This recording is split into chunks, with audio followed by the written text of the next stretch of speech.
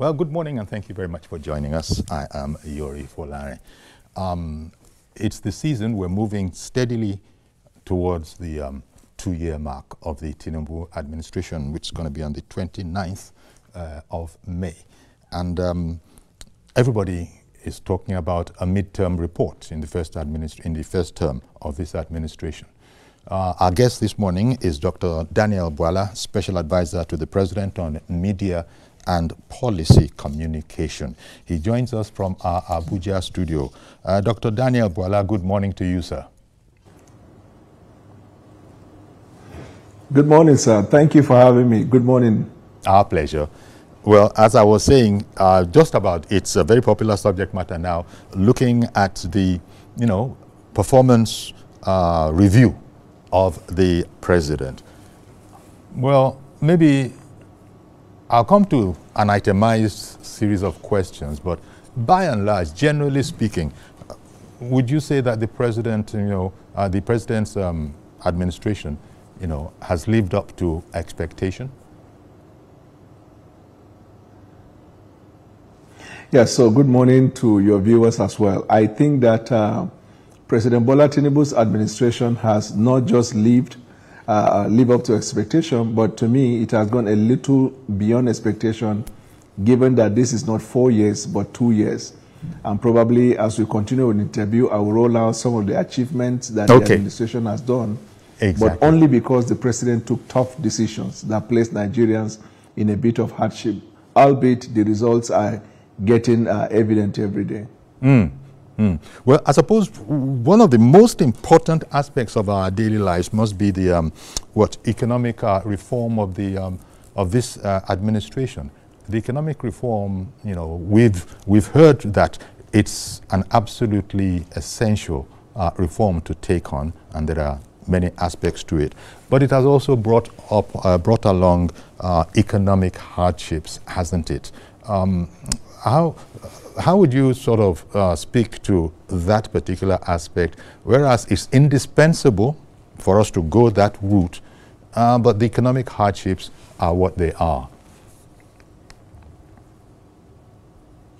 Yeah, to give a context to it, reform generally by its very nature is inconveniencing. That is why it is called reform. It means taking tough decisions. It means realigning processes. It means adjusting situation and scenario. It also means bringing about revival generated in any sphere of life, whether economic, security, in family. Once you use the concept of reform, it means that situation will not remain normal. It means that you're going to do some abnormal things. It means that people will have to tighten up. And so we were not illusional about the fact that when we introduced reform, we were well aware of what are going to be the antecedent, the concomitant effect of reform. Because when you say you are going to carry out a reform, it means that there will be a lot of inconveniences. And this reform sometimes takes place even in families. If, for example, the breadwinner, the father, suddenly loses his job or suddenly experience a reduction of salary, so to speak, or the financial stability of the family is affected, usually what the family will do is to adjust, to adjust their way of life, probably to determine the number of meals they will take, the quality of meals, probably reduce the number of trips, probably adjust even their expenditure life. So this is what the president had to do. He didn't do it because he wanted to do it. He did it because that was the only option on the table. If you recall that when the president came on board after May 29, in the activities building up to that, you couldn't even go into the bank and cash 10,000 naira of your money because there was a naira policy that was introduced. It created a very tough situation across the nation. There were states where people were protesting. You had to buy naira with naira from the POS people. That is one side of it. If you recall, from the insecurity point of view at the time, our soldiers were killed somewhere in Bwala. There were prison breaks everywhere in Nigeria. And in fact, the bandits and terrorists threatened that they were going to come to Villa and carry the president. In the FCT, for example, there were kidnappings in the daylight from the insecurity point of view. From the academic point of view, there were incessant strikes every now and then, and the situation was precarious. And then you have the middle class not being able to survive because of the precarious situation that we're confronted by. Need I say that we were borrowing our lives out, in fact, borrowing the future of our children, because that was the only thing we could do to sustain the situation. And even with the borrowing, we were not able to do that because 27 states of the Federation became bankrupt and could not pay salaries. Despite all entreaties, they said they were not able to pay salaries, not to talk about embarking on a project. So that was what the president saw and was confronted by. And he felt that to be able to make changes, that means we need to boost our revenue because we already have the problem with oil. You know, we did even crude for whatever. Now, he took that decision of removing subsidy because the subsidy, so to speak, was not affecting the Nigerian people robustly. He was bashed for taking that decision because, like I said when I began, it is going to create some inconveniences. But he assured the Nigerian people that with time, things are going to stabilize. He assured the Nigerian people that we are going to see some changes, and albeit positively in the life of the people. In other words, even though it's a reform we're carrying out, but it is not a reform that is going to last forever. It is not something that you will say you will see it in your lifetime. And what were the immediate results? As soon as he removed the subsidy and unified the exchange, immediately we started seeing revenues. Okay. And then these 27 states that could not pay salaries now had enough money to pay salaries. It has never been an issue. Now they even went ahead to begin to execute projects, and that's why the president has been busy going to different parts of the country commissioning projects. You know, and of course, one thing leads to another. As you were saying, the president himself has said it, that we simply have no options apart from, as it were, biting the bullet on this, and these hardships won't last forever.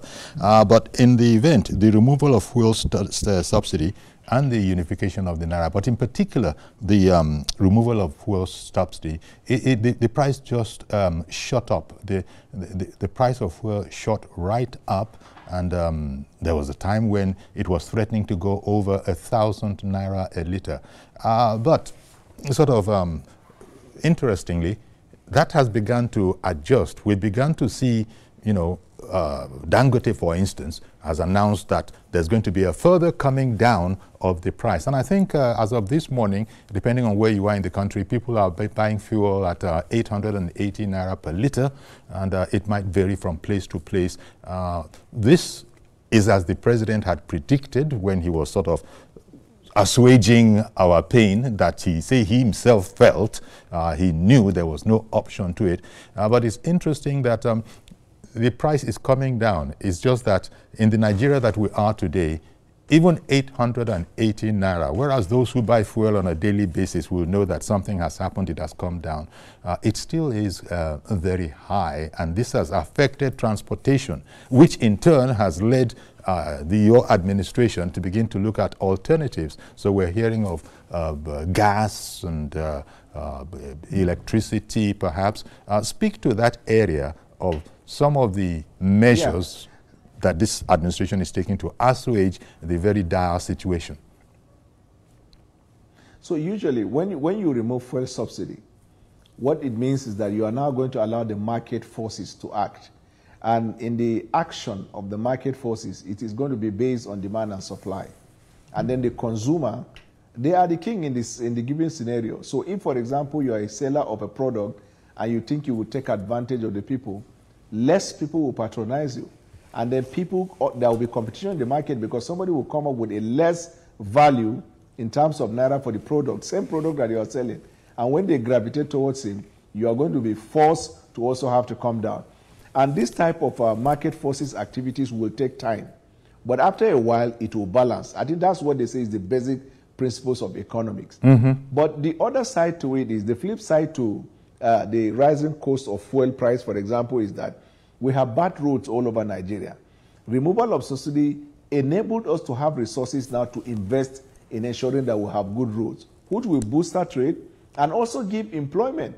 For example, if you look at the coastal lines, you look at where we're doing some of this infrastructure, it's going to certainly boost trade and trading activities. And it's going to create jobs because people are going to be employed to work.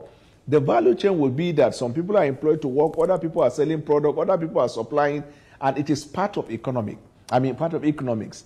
Now, in terms of the value of fuel, or even, I will bring it probably in the course of our conversation, I will talk about even the prices of food items. Okay. You know, that keeps going up and inflation. and coming down and going up and coming down.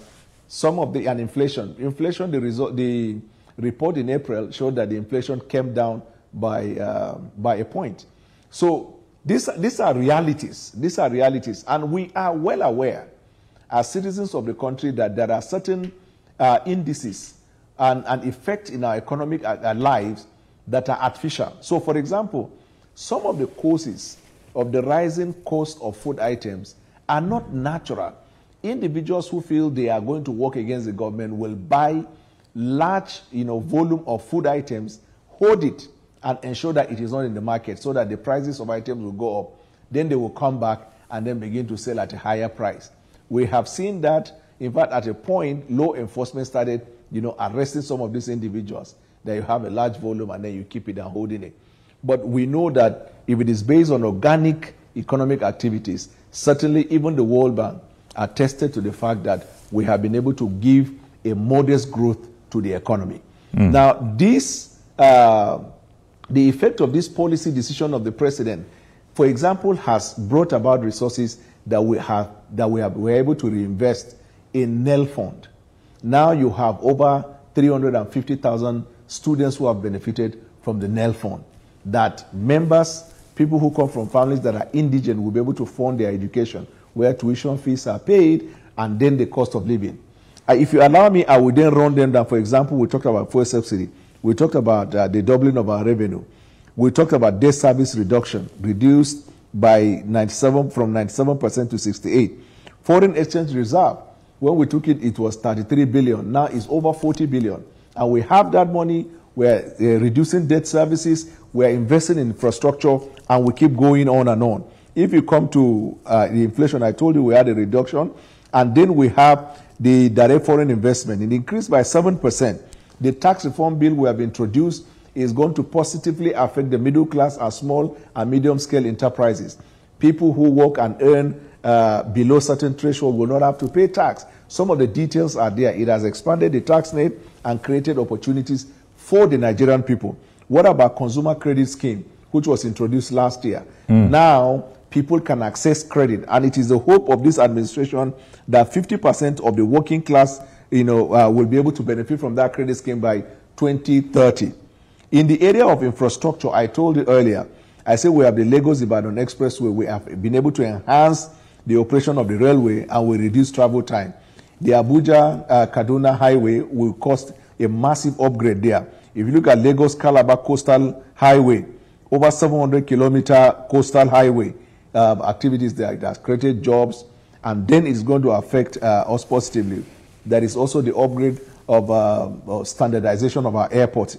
If you come to the energy sector, we talk about the oil and gas revival, refinery operations. For the first time after a long while, we're able to get 2 refineries up and running. We have the Decade of Gas Initiative.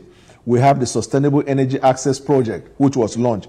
If you come to the social welfare, I talked about the NEL Fund, but NEL Fund is not the only area where there are social welfare. So many interventions of government affecting the ordinary Nigerians who are affected by the increase of food products or petroleum products because we reduce fuel subsidy. So in this area, you are impacted negatively, but the resources that we generate, we're able to come back to your life in other areas that you can see the benefit. How about the rice subsidy program? All over the states of the federation, people are benefiting. Yes, we have the minimum wage. This administration was able to achieve minimum wage, which has increased.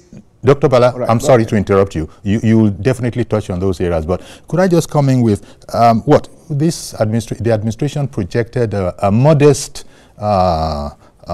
economic growth of 4.17%, and economists say that this is hardly enough to mitigate the challenges that have been brought about by some of the other things that have to be done, even as the administration forges on.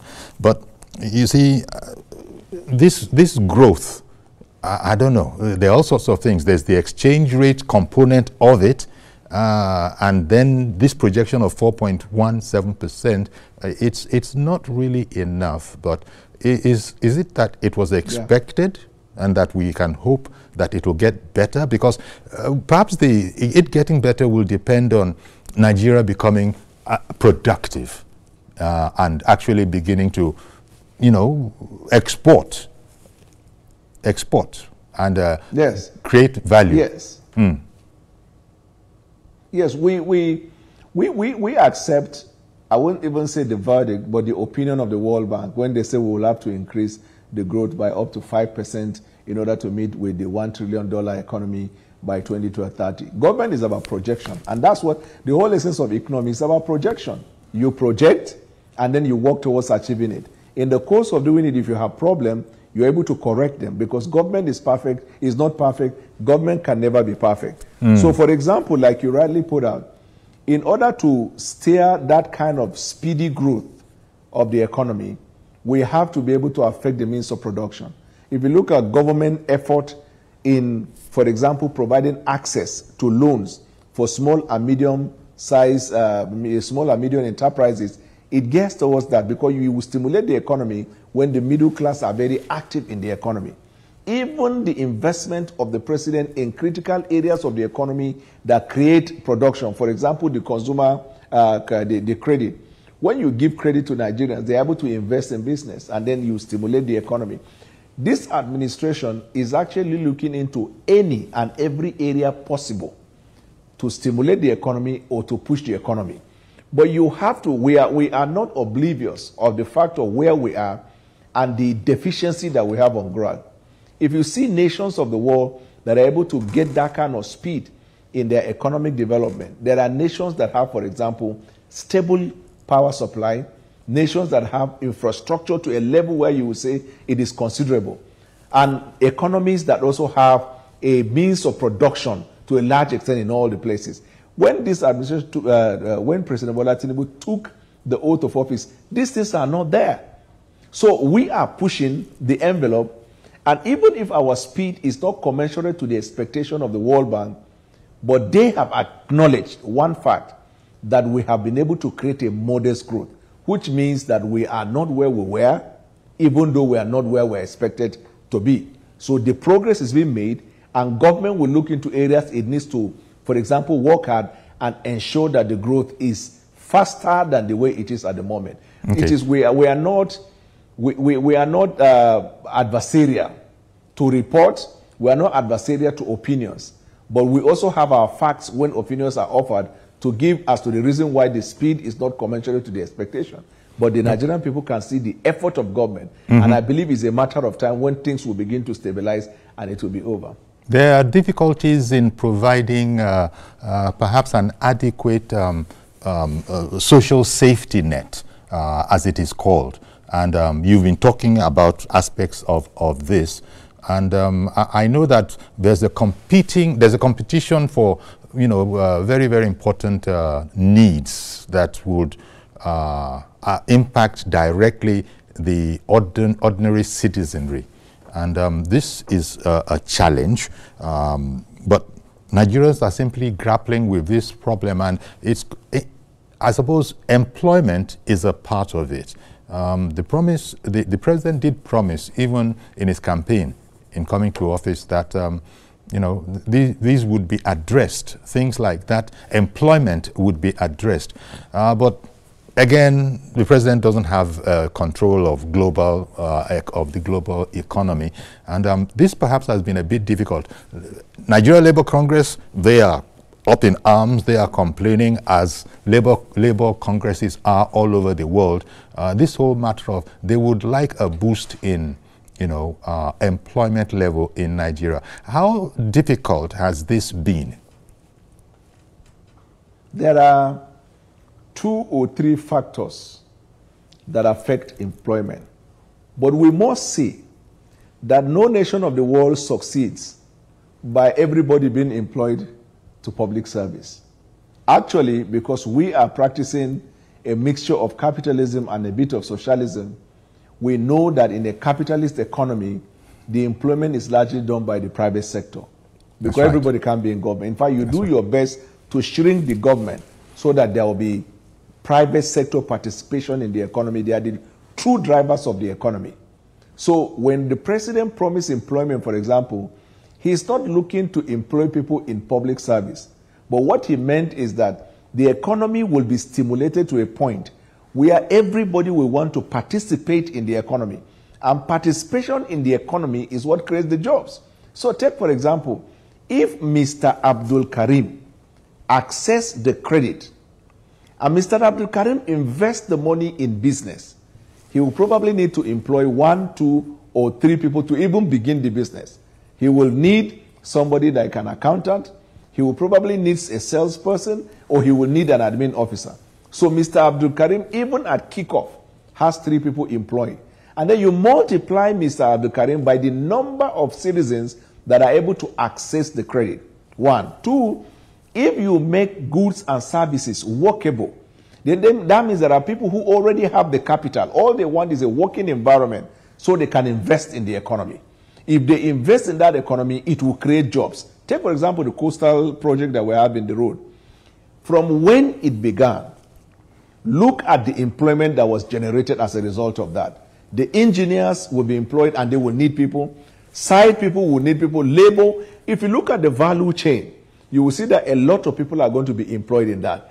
When you look at our investment, for example, in area of technology, and that is what we are looking at. We are looking to have a breakthrough in IT in the country. American society today is sustained by the IT service industry, where you have, if you take Twitter, Facebook, probably you gather 5, 6 of them, you have more than a certain percentage of the American people under employment. So that's what the president is looking at. Creating an enabling environment for private participation in the economy so that this private sector will recruit more people. That's the one component of employment that I talked about, right? The second one is capacity. Nobody employs as Father Christmas. Problem solvers will certainly find jobs. So the president also introduced policy that will boost the competency and capacity of people so that you become employable. If you look at some of these schemes that are introduced by the government, acquisition of skills, going through schools, ensuring that you have good education, modules are introduced so that when people come out of school or they come out of any form of training, they have the competence and the capacity to be employed into the sector that they seek to work under. And then the third one is we have to ensure that the private sector, the bank, money services bank, they also make sure that monies are available for customers to access credit. This is an area that the government is looking at very deeply. If you look around the world, that is where people access funds for people who want to do business. So not everybody is doing business. Some people work with government. Some people work in the service sector. Yeah. There are people who secure jobs even in the entertainment. And then you look at area of Nollywood or music industry. We want a creation of a stimulating factor in the economy where everywhere people can get jobs and people can achieve their dreams and goals in life. That is what the president is focused on. So when he talks about employment, he's not talking about people coming to public service. He's talking about the economy working to a point where there will always be job for anybody who has the skill for it. Okay. At this stage, let me just take my first caller this morning. Mr. George, calling in from Lagos. Thank you for calling. Go ahead, Good please. morning, Uncle Yori. Good morning, sir. Good morning to Dr. Bwala. Uncle Yori, can you hear me? Yes, we can hear you. Okay. Dr. Bwala, I'm saying good morning to you with grudges. Thank you. Grudges because I'm personally not satisfied with the way you and your colleagues are doing the work the president gave you to do. There is gross inadequacy in the publicity of what this government is doing. It is only when the president speaks personally that some details get to us that we are supposed to hear from you and your colleagues. I'm a very close monitor of what's going on in my country. I noticed that Reno Omokri, who is not an appointee of the president, what he gives to the public about the performance and the governance of Mr. President is better than three of you put together, what you are telling us. Three of you, the president has three spokesmen. But what Reno Mokri tells the public about what is the facts and figures about what is going on, his own, to me, is more than what we hear from the three of you put together. People are talking about hardship, Dr. Bwala. I am aware that prices are coming down. What it was in December, January is not what it is again. I bought a tuber of yam, 8,000 naira in January. That same tuber of yam today is between 2,500 and 3,000 naira. People are not aware of that. The time it was 8,000 naira is what the opposition members are still carrying around. It is people like you that can help. Cooking gas, for example, is now 900 naira per kg. It was 1,200 naira. 12.5 kg. Yeah, no, 1 kg, 900 naira. Oh, 900 naira, okay. Yes, but I bought it in February for 1,200. People are not aware of these things. They need details. What is wrong, sir? If you do a daily press briefing, that's what they do in the U.S. And all right, let's give Dr. Bwala a chance to respond. Yes. Okay, Mr. George, thank you very much for calling in. Right, thank you. In response to the caller, I would only say two things. I am personally aware of people who come on the media in this type of phoning to push agenda for certain individuals. We have in the past had to confront this, where people come solely to push agenda for someone. We don't give room for that nonsense. Dr. Bwala, I beg your pardon, sir. Let me finish. You see, You just said that you don't take an adversarial role on critical, comments. You said you don't. That is as an administration. If you allow me, when I finish, you can always have your feedback or even correction. But allow me to land so that my flow of thought is not affected. The caller who called, he talked about an individual. He said that does work for more than the three of us. Have you seen that individual in television? He speaks through social media. Do you think the whole of Nigeria only stay in Twitter? Secondly, does he go to the street where we go and talk about these things? And number three, if he does not know the value of items, Nigerians who go to the market, they know the value. And we have been disseminating this information in various channels. And I challenge him to come out with any contrary information in terms of the value of items and the prices of items coming down. The federal government does not fix a price on the food of items. The prices of food items are affected by market forces. In other words, the price of tubers of yam in Lagos might be different from Kano. We have been communicating to the Nigerian people in the areas. Even last week, the Minister of Information had in his ministerial briefing, he spoke about the inflation reduction and the prices of items. What is he saying? If somebody sent him to TV to talk, let him disclose that fact. But if he's talking very honestly on communication, let me even say this. On an average in a week, I am in 5 different platforms talking about government program. What is he saying? He said we are nowhere communicating the program of government. Okay. You can call in to give suggestion. You can call in to express yourself, but you are not entitled to the facts. We too have facts to counter what you're saying. I am tired of this type of agenda-based something. Okay, Dr. Bwala, well, thank you very much. What I was just going to say is that you yourself had said that this administration doesn't take an adversarial view of people who have a totally different point of view. And it did seem that you were a bit angry there.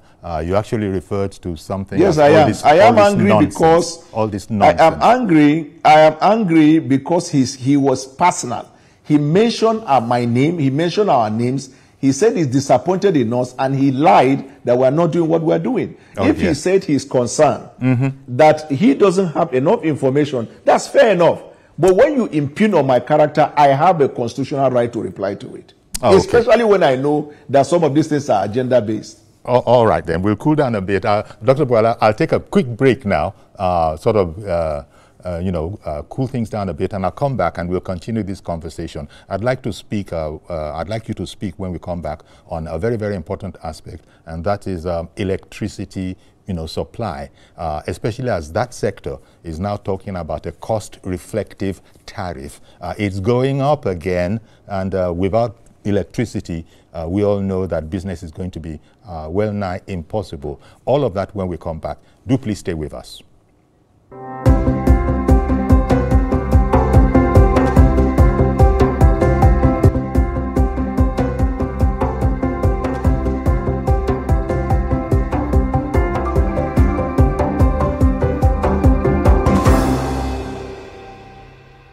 Okay, welcome back we've been together, or indeed thank you for coming on board if you're just joining us. Our guest is Dr. Daniel Bwala, Special Advisor to the President on Media and Policy Communication. Thank you very much, Dr. Bwala, for being here today.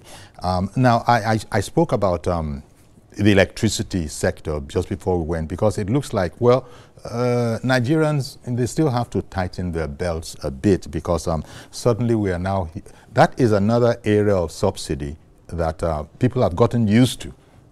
People don't like paying, but that which they have considered almost free, now we are being told that, wait a minute, cost-reflective tariffs are going to have to come on board.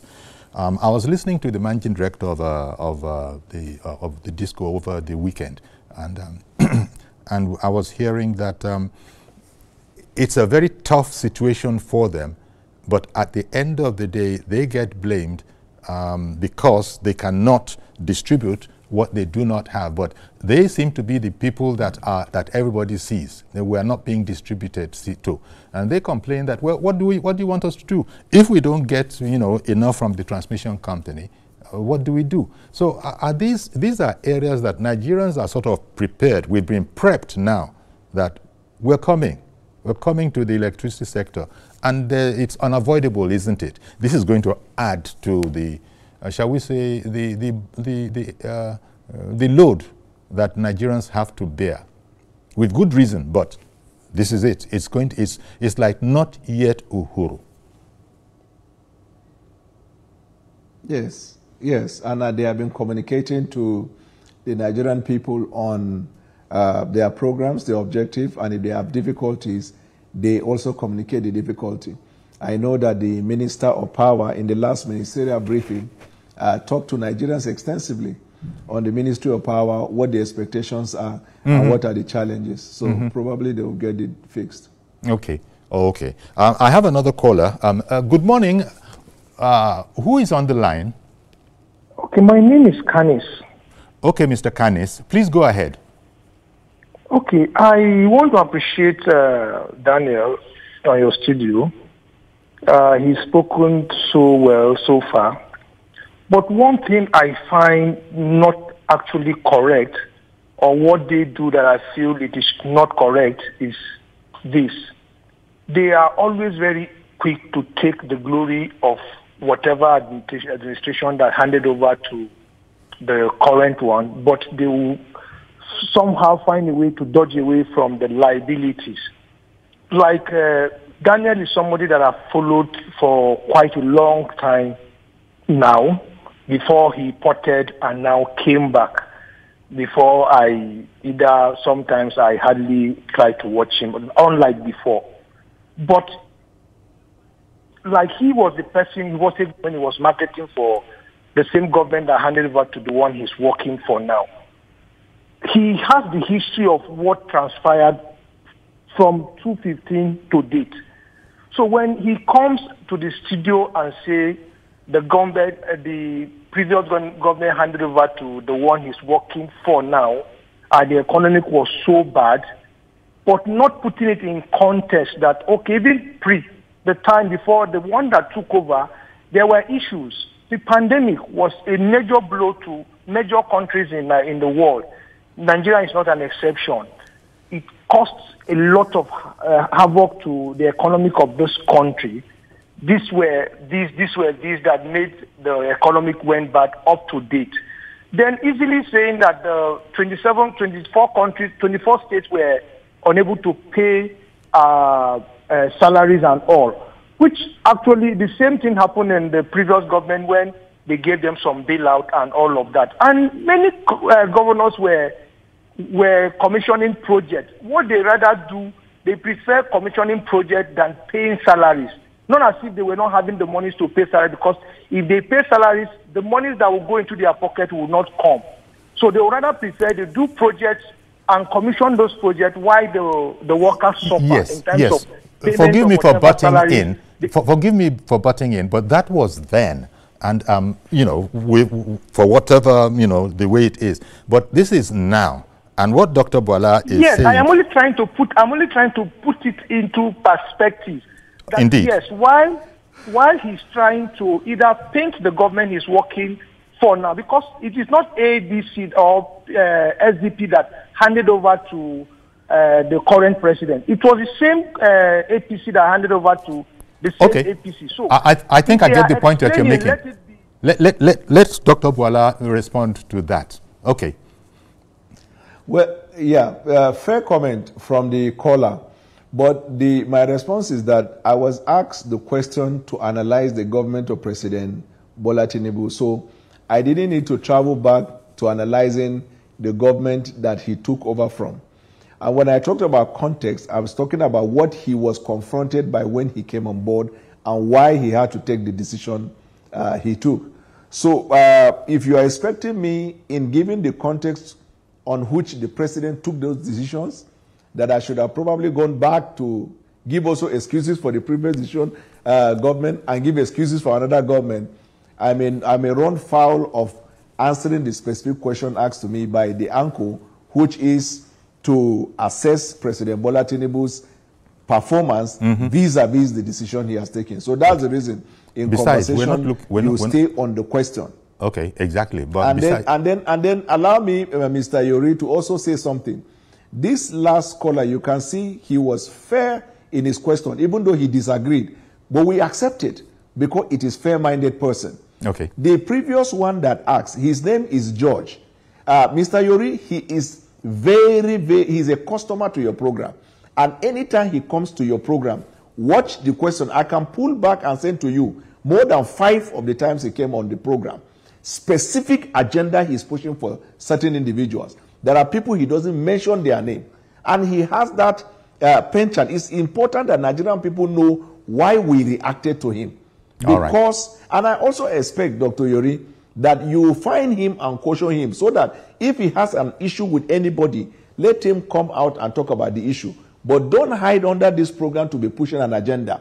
You would always know when Nigerians ask their fair-minded question, even when they disagree with government, but when it is not backed up by agenda. But this person, he has been in your program every day, and every time he comes on the program, he attacks the personality of individual. That was why I reacted to him, because I was not appointed to sell ice cream.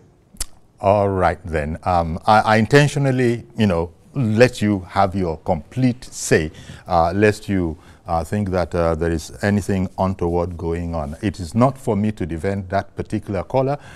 You did refer to him as what you did, a customer, meaning that he's a quite frequent caller.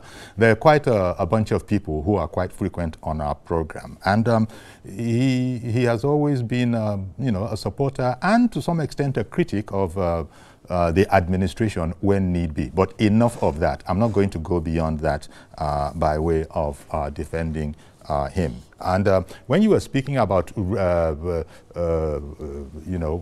for excuses, I didn't think you were going to come here and give any excuses. It's the reasons. People want reasons for things, and I think that is what you are busy doing. So thank you very much for that. Not really giving excuses, but giving us reasons for where we are. And I agree with you entirely. We are having this conversation within the limits of President Bola Ahmed Tinubu's, midterm report. Okay. Moving forward, President Tinubu has shown that he's not someone who is just going to sit back and be wringing his hands when things are the way they are. We're talking about power, for instance, electricity power. I think recently the administration has made some great strides in alternative powers. I was talking about the discos having their problems, maybe Gencos, transmission companies and discos, but solar is one alternative. In fact, recently we heard that State House itself was being sort of solarized is the word. It's not the word, but you get what I mean. So it's like you're exploring all sorts of options. There's gas, there's solar, and so much so that I think even the World Bank has commented and commended the administration for going in that direction. But the prices of these things are probably going to have to come down a bit, perhaps. Yeah, with time. Probably commercial activities like that, where something comes new into the market because it's the only product in the market, it might be expensive. Where more investors come into the market with the same product, probably with a reduced price. That's the word we talk about, competition. The prices will start going down, and before you know, it goes down. Before the oil prices, before Dangote came on the stream, we had a bit of problem in terms of the pricing. When Dangote came, there is a competition in the market. If you look at the cement, you look at rice, almost every product, even the rice we are talking about, once there are more investors in the market, then the market forces will take its course. And before you know, the prices of items will come. Alternative energy is the new thing. Anywhere in the world, people go to alternative energy because some migrate to alternative energy in order to reduce emission of the greenhouse gases. Some migrate to alternative energy because it is cost effective. Some migrate to alternative energy because they discover it. So there are cities you go to, it is almost near zero in terms of energy that is derived from fuel, from diesel and the rest, but they go into solar. So, and with Aso Villa going solar, I mean, it's a new concept and it's a new thing, especially because Aso Villa looked at the cost of energy in Paripa, when you rank it in Paripa, so with the solar, and we're talking about reducing the cost of governance. So I actually thought that Nigerians would clap their hands that federal government is exploring this option. Private individuals are also expected to explore all the options. Indeed. Okay, I have a caller. I have another caller. Could you tell me what your name is, please? Who is waiting to come on the program? Good morning. My name is Ibrahim. Ibrahim, good morning to you, sir. Go right ahead. Yes. I want to welcome your guest to the program, and normally whatever you will have said, I think that is what is expected of him, to a kind of advertise the government and to show, tell the public what are the achievements. But what areas that are of concern to us is that we are in the past have seen a kind of things that are similar to what is happening now. And at that time, it was called structuring during the military era. And at the end of the day, it puts Nigeria into even bringing us to the level we are now. Ordinarily, I would have believed that it is too early to even start measuring the performance of the government. Particularly, it is just if you are doing a reform. A sort of a midterm report. At this point, Nigerians are in pain. Nigerians are suffering. Nigerians are saying that what is our expectation in the nearest time? Are we going to continue like this, where the health service, the educational service, the light we are talking about, and every other things are far within the reach of the poor people?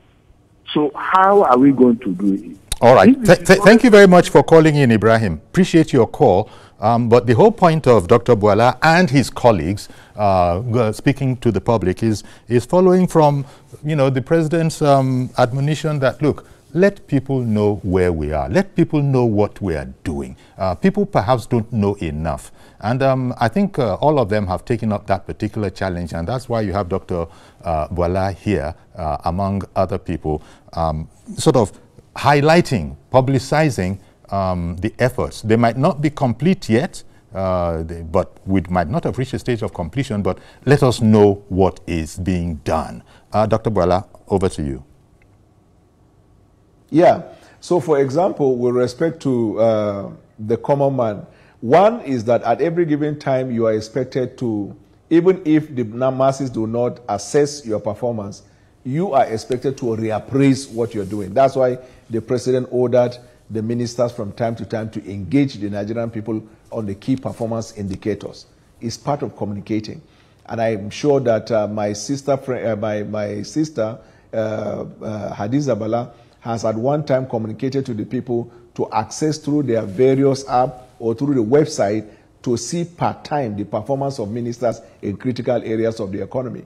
I also know, for example, with respect to NEL Fund, which affects the common man, poor man suffering, is the provision of funds to fund the studies of that person. And the communication in that regard is being made in all the platforms every day.